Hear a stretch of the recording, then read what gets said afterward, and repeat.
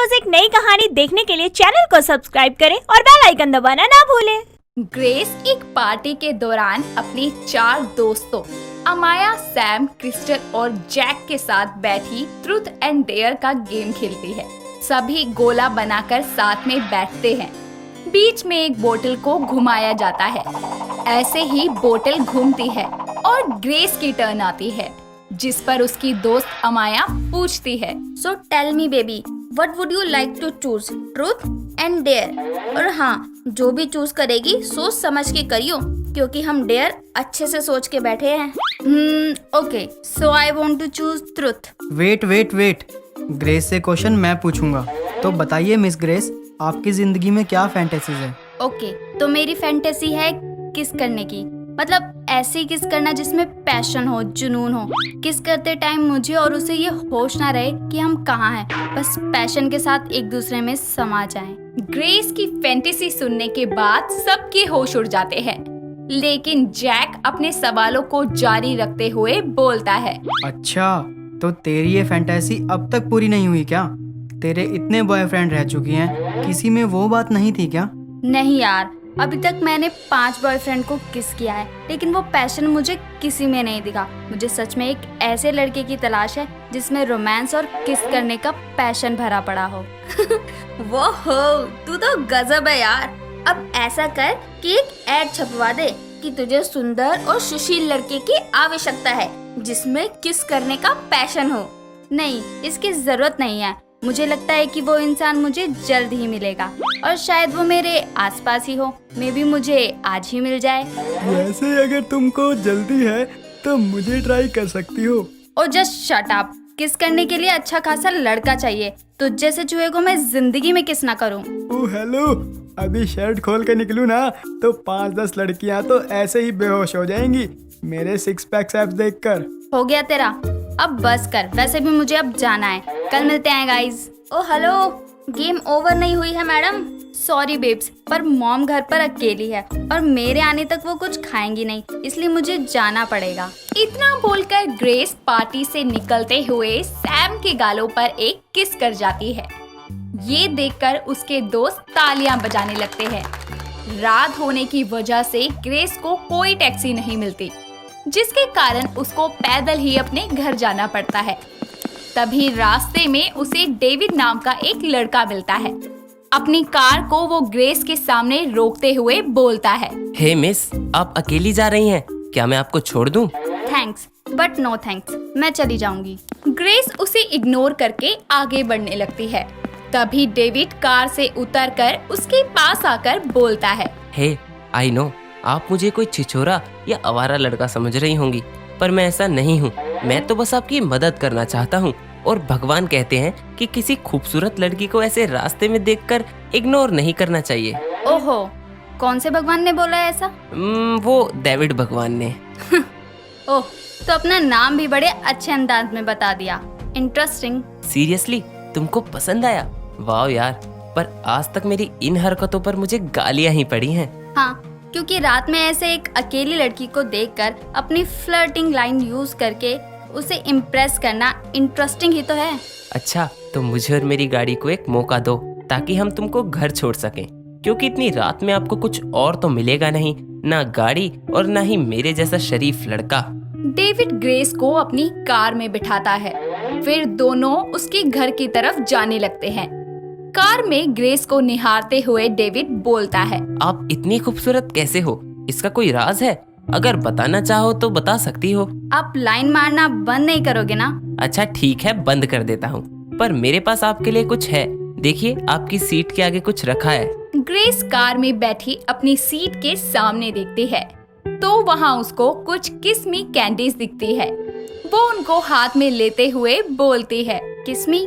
Grace के इतना बोलते ही डेविड उसके गालों पर किस कर देता है। ये देखकर वो हैरानी से पूछती है, ये क्या था? आपने ही बोला था किस्मी, सो मैंने बस आपकी बात मानी। अच्छा जी, पर आपकी किस में वो बात नहीं थी। अभी अच्छे से करी ही कहाँ है, रुको करके दिखाता हूँ। इतना कहते ही डेविड ग्रेस के होठों पर पूरे पैशन के साथ किस करता है। दोनों एक दूसरे में समाते हुए एक दूसरे को किस करने में बिजी हो जाते हैं। जिसके कुछ देर बाद में ग्रेस खुद को रोकते हुए बोलती है। बस बस, अब मार ही डालोगे क्या? बस मैडम, इतने में ही थक गई? आपकी फैंटेसी तो बहुत बड़ी थी। तुम्हें कैसे पता लगा मेरी फैंटेसी के बारे में? जब तुम अपने दोस्तों के साथ वो स्टूपिड सी गेम खेल रही थी, मैं भी उस पार्टी में मौजूद था। इसका मतलब तुमने ये सब प्लान किया था? How mean. एक मिनट, मैंने कुछ प्लान नहीं किया। तुम जब से पार्टी में आई थी, मेरी निगाहें तुमसे हट ही नहीं रही थी। फिर तुम्हारी फैंटेसी के बारे में सुना तो पता लगा शायद जिस लड़के का इंतजार तुम्हें है, क्या पता वो मैं हूँ। इसलिए मैं आ गया तुमसे बात करने। मुझे घर छोड़ो अभी के अभी। ठीक है, फिर मुझे जवाब जरूर देना। और एक बात बताऊं? क्या? तुम्हारे 5 बॉयफ्रेंड तुमसे प्यार नहीं करते थे, इसलिए तुम किसी के साथ खुश नहीं थी। लेकिन मैं तुमको सच में बहुत पसंद करता हूँ और शायद इस थोड़े से समय में मुझे तुमसे प्यार हो गया है। ग्रेस का घर आ जाता है और डेविड को वो बिना जवाब दिए ही अपने घर के अंदर चली जाती है। लेकिन घर जाकर भी उसके ख्यालों में खोई रहती है और उसके साथ की हुई अपनी किस को याद करते हुए बोलती है, आज तक किसी की किस में मुझे ऐसा महसूस नहीं हुआ, और अगर मेरी फैंटेसी को पूरा करने वाला मुझे मिल गया है तो मैं उसको जाने क्यों दे रही हूँ? आखिर मुझे भी तो ऐसे इंसान की तलाश थी। ग्रेस खुद से बातें कर रही होती है, तभी उसकी माँ गरिमा उसके कमरे में आती है और उसको ऐसे परेशान देखकर बोलती है, क्या हुआ बेटा, इतनी परेशान क्यों है? परेशान नहीं हूँ माँ, थोड़ी कंफ्यूज हूँ, समझ नहीं आ रहा क्या करूँ। बेटा, जब कुछ समझ ना आए कि क्या करना है तब हमेशा हमें अपने दिल की सुननी चाहिए। क्या? पर हमारा दिल तो हमें गलत सलाह नहीं दे सकता। बेटा, इस उम्र में हर फैसला सही हो ये जरूरी तो नहीं होता। अब तक तुमने कई फैसले दिमाग से सोच कर लिए होंगे, एक बार दिल की सुनकर देखो। वैसे मुझे जो चाहिए अगर मैंने आपको बताया तो मेरी लंका ही लग जाएगी। क्या हुआ, कुछ और भी पूछना है क्या, या अब भी कोई कंफ्यूजन है? नहीं नहीं माँ, सब कुछ ठीक है। अब आपने मेरी कंफ्यूजन का सोल्यूशन निकाल दिया। I love you so much mom, आप बहुत अच्छी हो। अपनी माँ की बात सुनने के बाद ग्रेस अपनी फीलिंग्स को लेकर थोड़ी क्लियर हो जाती है और वो अगले दिन डेविड को एक रेस्टोरेंट में मिलने बुलाती है, जहाँ पर उसके आने के बाद वो उसे बोलती है, अच्छा डेविड, अगर मैंने तुम्हें मौका दिया तो प्रॉमिस करो तुम मेरा दिल कभी नहीं तोड़ोगी। ग्रेस, मैं प्रॉमिस करता हूँ कभी तुम्हारा दिल नहीं तोड़ूंगा और ना ही ऐसी सिचुएशन आने दूंगा कि तुमको मेरे अलावा किसी और के पास जाना पड़े। अच्छा जी, लेकिन तुम्हें तो पता है ना कि मेरे पहले 5 बॉयफ्रेंड रह चुके हैं। वो तुम्हारा पास्ट था, लेकिन मैं तुम्हारा प्रेजेंट बनना चाहता हूँ। तो बताओ, मंजूर है मेरा प्रपोजल? हाँ मंजूर है। ग्रेस के हाँ करने पर डेविड बहुत खुश होता है, जिसके बाद वो उसे फोरहेड पर किस करता है और अपनी गोद में उठाकर कार में बिठा देता है, जिसके बाद वो उसे एक लॉन्ग ड्राइव पर लेकर निकल जाता है। कुछ समय बाद में दोनों शादी कर लेते हैं और जिंदगी में आगे बढ़ते हैं। तो दोस्तों, आज हम खाएंगे मौकाए वारदात पर भल्ले पापड़ी, जिसके साथ मिलेगी आपको कातिलाना हरे धनिये की चटनी और सनसनी किशमिश वाली सौंठ की लाल चटनी। तो क्या आप खाना चाहेंगे? क्या आपके मुंह तक पहुंचेगा ये लजीज खाना? जानने के लिए सुनते रहिए संजना ब्रेकिंग न्यूज। अरे दीदी, ये कैसे खाने की तारीफ कर रही हो? लोग आपकी बात सुनेंगे तो डर जाएंगे। ओफो, लोगों को कौन सुना रहा है? कोई मुझसे पूछे तो मैं तो सीधा बोल दूंगी, आज रात 9 बजे आलू को छन्नी करके कुकर में उतार दिया गया, जिसके बाद आपने भल्ले बनाने के लिए गरम तेल में पकोड़ों को भून डाला। ऐसे ही बोलेंगी ना आप? ऐसा लगता है खाने की रेसिपी नहीं, आप उनके हत्या के बारे में बता रहे हो। ऐसा कैसे चलेगा दीदी? अरे सब चल जाएगा, भगवान ने किसी ना किसी को तो बनाया होगा ना मुझे झेलने के लिए, जो सफेद घोड़े पर आएगा और मुझे ले जाएगा। अरे दीदी, सच में जो भी मेरे जीजू बनेंगे ना, उनको तो झेलना ही पड़ेगा ये। दोनों बात कर ही रही होती हैं कि तभी संजना की मम्मी शकुंतला आती है और कहती है, अरे तुम दोनों यहाँ गपशप में क्या लगी हो? मैंने तुमसे सामान मंगवाया था, वो ले आई या नहीं? तुम्हें पता नहीं है क्या कि संजना को देखने के लिए लड़के वाले आ रहे हैं? वो माँ, कल हम जिस जगह पर सब्जी ले रहे थे ना, वहाँ मौके पर ही पुलिस आ गई और ठीक 9:25 पर उन्होंने सब्जी वाले को वहाँ से उठा दिया। जिसके बाद हम सब्जी नहीं खरीद पाए और हमें ऐसे ही वापस आना पड़ा। अरे वो सब तो ठीक है, लेकिन तेरा ये ब्रेकिंग न्यूज का ड्रामा कब बंद होगा? माँ, आप ऐसा क्यों बोलती हो? आपको पता है ना कि मुझे न्यूज देखने का कितना शौक है, इसलिए मैं ऐसे बात करती हूँ। हे भगवान, थोड़ी तो बुद्धि दो मेरी बेटी को। पता नहीं सासरे जाकर क्या करेगी, कहीं मेरी नाक ना कटवा दे। अरे माँ, दीदी ऐसा कुछ नहीं करेंगी, बल्कि सबको खुश रखेंगी ससुराल में। माँ, आप फिक्र मत कीजिए, मैं ऐसा कोई कांड नहीं करूँगी जिससे आपके होने वाले समधी या फिर दामाद को किसी सनसनीखेज वारदात का हिस्सा बनना पड़े। ऐसे ही अगले दिन संजना को देखने के लिए कुंती अपने बेटे व्योम के साथ आती है। सभी को संजना बहू के रूप में पसंद आ जाती है और दोनों घर वाले मिलकर एक दूसरे का मुंह मीठा करवाते हैं और कुछ ही महीनों के बाद उनकी शादी बड़ी ही धूमधाम से संपन्न हो जाती है। संजना बखूबी तरीके से शादी के बाद कुंती निवास की सभी जिम्मेदारियां निभा लेती है। ऐसे ही एक दिन कुंती उसे बुलाकर उससे पूछती है, बहू, छत से कपड़े ले आई क्या? जी माँ जी, आपके एक इशारे पर मैंने कपड़ों को हवा में उड़ने से पहले या किसी और की छत पर जाने से पहले ही प्रेस करके अलमारी में रख दिया है। बहू, ये कैसे बोल रही है तू? तू ठीक तो है ना? कुछ भी तो नहीं माँ जी, भला मुझे क्या होगा? अरे आपकी बहू का कोई बाल भी बाका नहीं कर सकता, और अगर किसी ने मुझे नुकसान पहुँचाने की कोशिश की तो मैं उसे नाकाम कर दूंगी। बहू, तुझे क्या हो गया है? जब हम सब तुझे देखने आए थे तब तो तू ऐसी नहीं थी। वो क्या है ना माँ जी, जब आप लोग मुझे देखने आए थे तो मेरी माँ ने मेरी जुबान पर ताला लगा दिया था, इसीलिए आपके सामने मैंने कुछ बोला नहीं। तो माँ जी, आपने क्या सोचा था? कैसी निकलेगी आपकी बहू और कैसी है वो? हे भगवान, अरे कैसी बहू मेरे पल्ले पड़ गई। ऐसा बोलते हुए वो जमीन पर सर पीटते हुए बैठ जाती है। अरे माँ जी, क्या हुआ आपको? क्या आपको चक्कर आ रहे हैं? क्या आपका सर दर्द कर रहा है? देख बहू, मेरा ना दिमाग खराब मत कर। अब जाकर मेरे लिए इलायची वाली चाय लेकर आ बढ़िया सी। ओके माँ जी। कुंती की बात सुनकर संजना उसके लिए चाय बनाकर ले आती है, लेकिन चाय पीकर कुंती मुंह बना लेती है और उसे देखकर संजना कहती है, क्या हुआ माँ जी? क्या आपकी चाय में नमक है या फिर आपके मसूड़ों में दर्द है? हे भगवान, ऐसे कौन से कर्म थे मेरे जो आपने मुझे ऐसी बहू दे दी? माँ जी, आप ऐसा क्यों कहती है? क्या मैं आपकी हुस्न परी जाने जहान बहू नहीं बनी?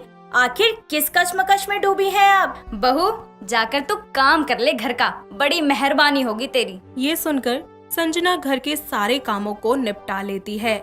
शाम को उसका पति व्योम वापस घर आता है।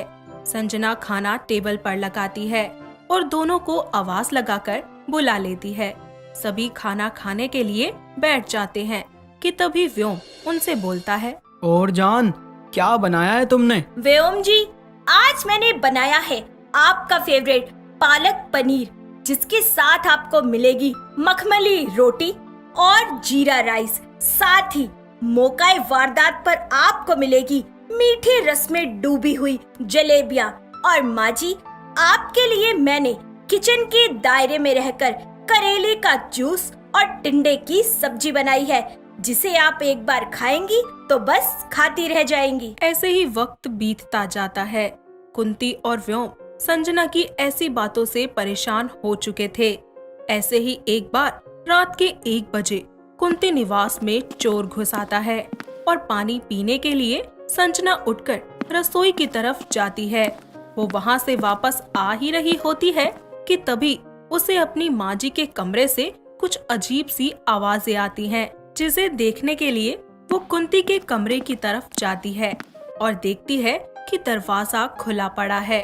जिसके बाद वो अंदर जाती है तो उसे चोर अलमारी से कुछ निकालते हुए दिखाई देता है।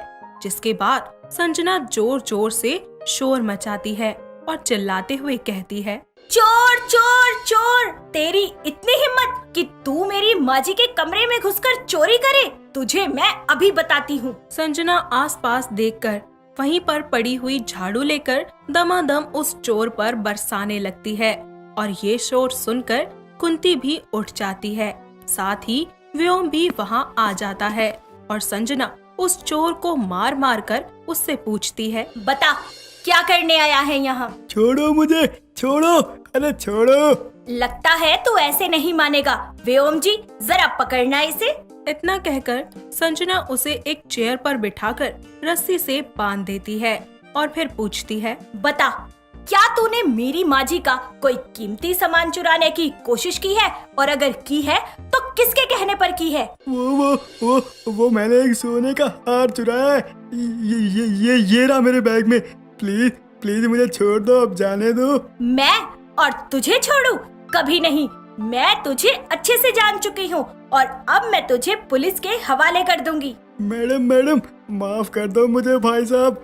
माता जी बोलिए ना, अब तो आपका हार वापस कर दिया है मैंने, अब तो जाने दो। बहू छोड़ देना, अगर इतना बोल ही रहा है तो छोड़ दे इसे। हाँ संजना छोड़ दो, कुछ नहीं करेगा। व्योम की बात सुनकर संजना उसकी रस्सियां खोलती ही है कि वो चोर कुंती को धक्का देकर भाग जाता है और ये देखकर संजना को गुस्सा आता है, जिसके बाद वो उसके पीछे भागने लगती है। लेकिन वो चोर मीटर के वायर को खींचकर जमीन पर डाल देता है, जिस पर संजना का पैर पड़ जाता है और उसी वक्त उसे करंट लगने की वजह से वो बेहोश हो जाती है। व्योम और कुंती तुरंत इसे हॉस्पिटल ले जाते हैं, जहां डॉक्टर उसका इलाज करते हैं। कुछ ही देर के बाद उसे होश आता है और डॉक्टर कहते हैं, मिस्टर व्योम, घबराने वाली कोई बात नहीं है, शी इज सेफ, आप इन्हें घर ले जा सकते हैं। डॉक्टर की बात सुनकर व्योम उसे घर ले आता है और उसकी सास उसकी नजर उतारती है। साथ ही वो बोलती है, मेरी बहू तो बहादुर निकली, बड़े ही अच्छे से तूने उस चोर को धोया। पर माँ जी मैं उसे पकड़ नहीं पाई, वो मुझे धक्का देकर भाग गया। अरे वाह, तू तो आराम से बोलने लग गई। अब ये बता कि आलू की सब्जी कैसे बनती है? सिंपल है माँ जी, आलू उबालो, टमाटर और मसालों के साथ उसे फ्राई कर दो, बन गई सब्जी। क्या हुआ, अब तू रिपोर्टर की तरह क्यों नहीं बोल रही? पर माँ जी अब मुझसे ज्यादा तेज बोला नहीं जा रहा है। चलो अच्छा ही है, क्योंकि आपको वो तरीका पसंद ही नहीं था। कोई बात नहीं बहू, जो हो गया सो हो गया। व्योम उसे अपने हाथों से दवाई खिलाता है और संजना भी अब ब्रेकिंग न्यूज की तरह बोलना बंद कर देती है और फिर सभी एक साथ मिलकर खुशी खुशी रहने लगते हैं। कुंती अपने बेटे सुमेध से बोलती है, बेटा मैंने जो काम बोला था वो आज शाम तक हो जाएगा ना? हाँ माँ, बस कुछ पेपर्स रह रहे थे, आज पूरा हो जाएगा। इतना बोलकर वो तैयार होकर अपने ऑफिस के लिए निकल जाता है और रात को घर आकर डाइनिंग टेबल पर अपनी माँ को कुछ पेपर्स देता है, जिसे अच्छे से देखकर कुंती अपनी बहू संश्री से उस पर साइन करने के लिए बोलती है। संश्री अपने हाथों में उन पेपर्स को लेकर कहती है, ये किस चीज के पेपर्स हैं माँ? बहू ये अपने गुरुग्राम वाले घर के पेपर्स हैं, और जो कि मैंने तेरे नाम कर दिए हैं ये घर, तो तू अब चुपचाप इस पे साइन कर दे। पर मैं सुमित, पहले ही आपने मुझे इतना सब कुछ दे रखा है, इसकी क्या जरूरत थी? तुम इस घर का हिस्सा हो, अब सब एक परिवार हैं। अगर माँ तुम्हें अपनी बेटी मानती है और वो अपनी मर्जी से तुम्हें कुछ देना चाहती है तो इसमें हर्ज ही क्या है? संश्री उन प्रॉपर्टी के पेपर्स पर साइन कर देती है। ऐसे ही वक्त बीतता जाता है और एक दिन संश्री हिचकिचाते हुए सुमित से बोलती है, सुमित, मुझे कुछ 2 लाख रुपए चाहिए थे, वो मेरे भाई को इन पैसों की नीड है, वो तुम्हें कुछ ही दिन में वापस दे देगा। मैं आज शाम तक दे दूंगा, ओके? इतना बोलकर वो ऑफिस चला जाता है, जहां वो एक कंपनी से बहुत बड़ी डील करता है और बिना पूरी जानकारी लिए वो उस कंपनी में अपना सारा पैसा लगाने को तैयार हो जाता है। ये बात वो अपने घर में सबको बताता है, जिस पर उसकी माँ उससे बोलती है, मुझे ना अपने बेटे पर पूरा भरोसा है, पर बेटा जो भी करना सोच समझ कर करना। हाँ माँ, मैं जो कर रहा हूँ सब सोच समझ कर ही कर रहा हूँ। इतना बोलकर वो अपने ऑफिस चला जाता है, जिसके बाद वो अपना पूरा फोकस बस उसी प्रोजेक्ट के पीछे लगा देता है। कुछ ही दिनों के बाद उसको अपने एक दोस्त से पता चलता है कि उसने जिस कंपनी के साथ डील की थी वो पूरी तरह से फ्रॉड थी। ये जानते ही सुमित टेंशन में आ जाता है, पर अपने घर में किसी को भी कुछ नहीं बताता और अकेले ही सब कुछ हैंडल करता है। ऐसे ही 1 महीना बीत जाता है और अपनी कंपनी को फिर से उठाने के लिए वो बैंक से 2 करोड़ का लोन लेता है, पर उससे भी कुछ काम नहीं बनता और देखते ही देखते 3 महीने बीत जाते हैं। अब सुमित की हालत काफी खस्ता हो जाती है, पर फिर भी वो घर में किसी को कुछ नहीं बताता। और एक दिन वो अपने घर में अकेले कमरे में बैठकर सोच रहा होता है कि तभी वहाँ पर संश्री आकर उसे ऐसे देखती है और परेशान होकर वो उससे पूछती है, सुमित, क्या हुआ? मैं कुछ दिन से देख रही हूँ कि तुम कुछ परेशान हो। कुछ हुआ है क्या? कुछ नहीं हुआ, सब ठीक है, तुम बस मेरे पास बैठो। अच्छा ठीक है, तो आज हम बाहर घूमने चलते हैं और आते हुए शॉपिंग भी कर लेंगे। बहुत दिन हो गए हैं हम एक साथ कहीं बाहर नहीं जाते और आज तुम भी हो तो चलो चलते हैं। हाँ चलो ना, चलते हैं। संश्री तैयार होने के लिए चली जाती है। उसके जाते ही सुमित अपने दोस्त से फोन करके कुछ पैसे उधार मांग लेता है, जिसके बाद वो संश्री को बाहर ले जाता है और घर आते ही अपना फोन उसको चार्ज पर लगाने के लिए बोल देता है। साथ ही खुद फ्रेश होने के लिए चला जाता है। संश्री जैसे ही फोन चार्ज पर लगाकर जाने लगती है कि तभी सुमित के फोन पर एक कॉल आता है, जिसे संश्री उठाती है और कॉल पर वो इंसान उससे बोलता है, हेलो मैम, क्या सुमित सर से बात हो सकती है? जी अभी तो वो यहाँ नहीं है। वैसे आप मुझे बता सकते हैं कि क्या काम है? मैं उनकी वाइफ हूँ, मैं उनको बता दूंगी। मैम मैं बैंक से बोल रहा हूँ। सर ने 2 करोड़ का लोन लिया था, टाइम पूरा हो गया है और अब तक उन्होंने लोन नहीं चुकाया। मैं उन्हें फोन कर रहा हूँ तो वो फोन भी नहीं उठा रहे। आप उनसे बोल देना कि उनके पास सिर्फ 15 दिन बचे हैं। संश्री बैंक वाले से बात करके टेबल पर खाना लगाती है और तभी वहाँ पर सुमित आ जाता है और सुमित से वो कहती है, सुमित, मेरे भाई को 30 लाख रुपए की जरूरत है, वो तुम्हें कुछ दिन में वापस दे देगा। ठीक है, मैं दे दूंगा, मुझे बस 1-2 दिन का टाइम दो। कोई बात नहीं, अगर तुम्हारे पास अभी नहीं है तो। संश्री, मैंने बोला ना कि मैं दे दूंगा, तो मतलब दे दूंगा। इतना बोलकर सुमित अपने कमरे में चला जाता है और अगले दिन वो 30 लाख रुपए का इंतजाम करने लगता है। 4 से 5 दिन यूं ही बीत जाते हैं, कहीं से भी पैसों का इंतजाम नहीं होता और निराश होकर वो घर आता है। उसके घर आते ही संश्री उससे बोलती है, सुमित, इतने दिन हो गए पर अब तक तुमने मुझे पैसे नहीं दिए। संश्री, क्या हो गया है तुम्हें? मैं बोल रहा हूँ ना, आजकल मैं दे दूंगा। मैं तुम्हें तुम्हारे भाई के सारे पैसे मिल जाएंगे। वही तो सुमित, मैं तुमसे पूछ रही हूँ, आखिर क्या हो गया है तुम्हें? पहले तो मेरी एक आवाज पर तुम चांद तारे तोड़कर ले आते थे। खैर, कल तक मुझे पैसे चाहिए, वरना मैं घर छोड़ के चली जाऊंगी। इतना बोलकर संश्री गुस्से में वहाँ से चली जाती है और अगले दिन सुमित से कहती है, सुमित, पैसे? संश्री, मैं तुम्हें देता हूँ पैसे, बस आज का टाइम दे दो। रहने दो सुमित, बहाने मत मारो। साफ साफ क्यों नहीं बोलते कि तुम मेरे भाई की कोई हेल्प नहीं करना चाहते? जब तुम्हें मुझसे और मेरे घर वालों से कोई मतलब ही नहीं है, तो मुझे तुम्हारे साथ नहीं रहना चाहिए। इतना बोलकर वो अपना बैग पैक करके घर से चली जाती है। सुमित उसको रोकता है पर वो नहीं मानती और उनकी आवाज सुनकर कुंती बाहर आती है, जो सुमित से कहती है, क्या हुआ बेटा, सब ठीक है ना? और ये बहू अपना बैग लेकर कहाँ गई? हाँ माँ, सब ठीक है। बहुत दिन हो गए थे ना, वो कुछ दिनों के लिए अपने मायके गई है। ऐसे अकेले? नहीं, उसका भाई आया था। आप जाओ, आराम कर लो, सब ठीक है। अपनी माँ को अपने कमरे में भेजकर वो संश्री को कॉल करता है, उसे मनाने की कोशिश करता है, पर संश्री उससे बात नहीं करती और 2 दिन के बाद उसको कॉल करके बोलती है, सुमित, तुम मेरे घर आ सकते हो? हाँ संश्री, मैं अभी आ रहा हूँ तुम्हें लेने। मैं तुम्हारे साथ कहीं नहीं जा रही। तुम यहाँ आकर डाइवोर्स पेपर पर साइन कर दो, मुझे तुम्हारे साथ नहीं रहना। ये बोलकर वो फोन रख देती है और सुमित बिना कोई देरी किए उसके पास जाता है, साथ ही उसको मनाता है, पर संश्री उसको एक थप्पड़ लगाकर उससे बोलती है, सुमित, तुम किस मिट्टी के बने हो? क्या मैं तुम्हारे परिवार का हिस्सा नहीं हूँ? आखिर क्यों तुमने किसी को कुछ भी नहीं बताया? वो तो अच्छा है कि उस दिन बैंक वाले का कॉल आया और फिर तुम्हारे दोस्त से मुझे पूरी बात का पता चला। और ये रहे बैंक के पेपर्स, मेरे नाम जितनी भी प्रॉपर्टी थी मैंने वो सारी बेच दी है। मैंने बैंक वालों का लोन भी चुका दिया है, बस इसीलिए मैं यहाँ आई थी। ये बोलकर दोनों एक दूसरे को गले लगा लेते हैं और अपने घर वापस आते हैं, जहाँ कुंती सारा सामान लेकर बाहर निकल ही रही होती है। ये सब देखकर सुमित अपनी माँ से कहता है, माँ ये सब क्या है? सुमित, कुछ पैसे कम पड़ रहे थे तो मुझे और माँ को ये घर भी बेचना पड़ा। माँ आपको भी सब पता था ना? हाँ, बहू ने मुझे सब कुछ बता दिया। और बेटा एक बात हमेशा याद रखना, जब परिवार एक होता है ना तो सारी मुसीबत का सामना वो एक साथ कर लेता है, लेकिन इसके लिए एक होना बहुत ज्यादा जरूरी है।